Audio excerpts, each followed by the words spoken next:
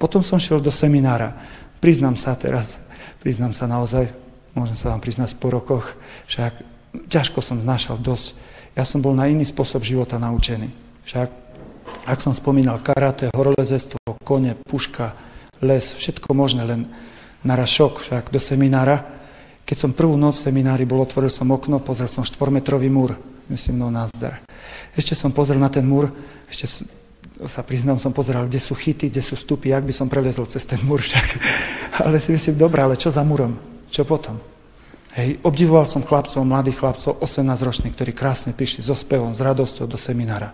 Tichučko som ich obdivoval a zavidel som im. Si myslím, Bože, daj mne, už 30 rokov som mal, keď som vstúpil do seminára a bol som naučený celkom iný štýl života však. A teraz naraz celkom iný štýl. Mal dlhé vlasy, však neoholený, často strapatý a teraz naraz sa česať, holiť pre pána Jana, reverenda, všetko. A teraz 99% som bol vonku a naraz 99% dnu. Hej, pre mňa to bol šok. Potom nás pustili do seminára prvý raz na dušičky domov. Pustili nás domov, no ja som obišiel si tie bohoslovci to vedia, tetka, babka, krstná, kým to všetko obíde a potom aj tie domy. Druhý deň mi vyšiel čas aj na tie domy.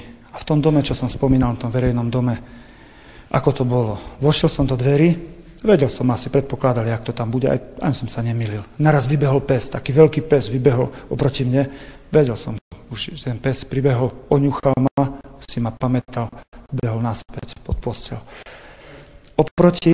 Sedel oproti dverám chlap, ktorý hral karty, tiež hrali poker, mal kartu takto v ruke, išiel prebiť. Tak ju držal a cigareta mu skoro z úst vypadla. Tak ju držal, tak ju zabudol aj prebiť. Tak ju držal a pozeral a cigaretu tak mal. Myslím, čo je? Myslím, že mám roztrhané nohavice, či čo je, čo sa tak na mňa pozerá. Všetci stichli. Naraz všetci tichučko. Pozerám z boku taká žena. Môžeme to tak povedať jemne, Mária Magdaléna. Keď to povieme tak hrubšie, prostitútka. Prostitútka, žena. Na žlto vlasy, silno také odfarbené. Nie, že bola namalovaná, ale ja hovorím, natreta bola. Však hrubo natreta, to bola natreta, to malo čierno, fialovo, modro, zelené také oči, silno toto červené, také jablka na liciach umelo a pomaranč, ústa, však pomarančové. Tá žena, blondínka, tá sa rozbehla naraz proti mne.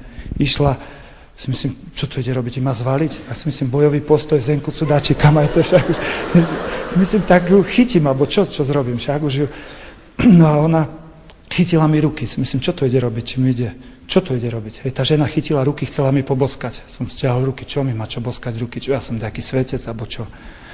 A prvne som si uvedomil, takú pusu som dostal tu na lico, však pomarančovú, mám.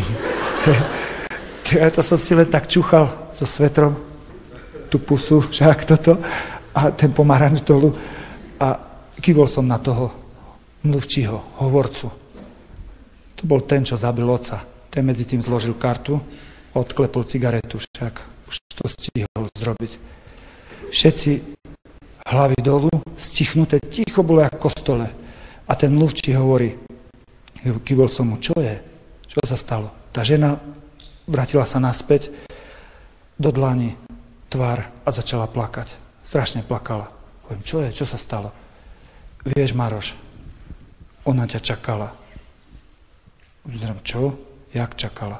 Ona ťa čakala. Poviem, jak čakala? Vieš, ona hovorila, pustili bohoslovcov domov. Uvidíte, že príde. A my všetci sme jej hovorili, on už tu nepríde. Išiel študovať za farára.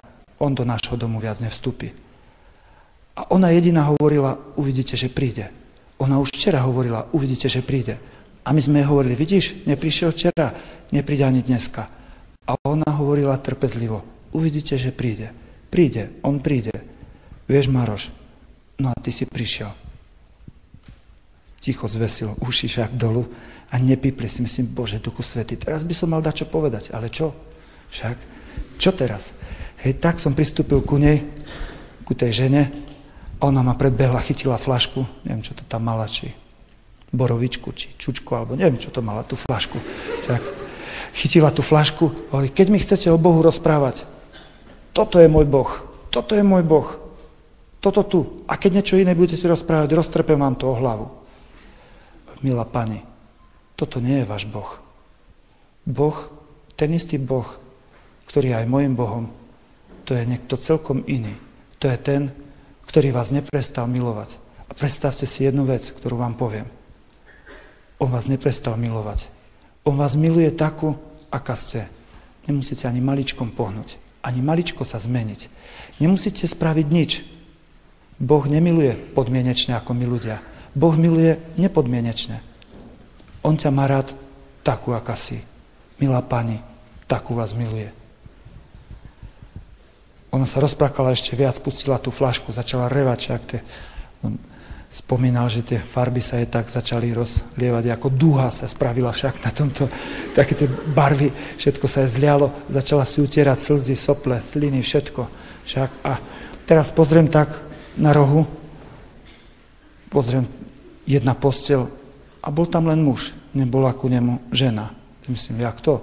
Čo to je? Hej, pozriem bližšie a ja toho muža poznám. Páne Bože, Duchu Svätý, veď ja ho poznám. Ja som chodil do kostola a z kostola jak mnoho veriacich, kolo toho muža. Bol to žobrak, bol to taký alkoholik, mohli by sme povedať darebák, lotor, gangster.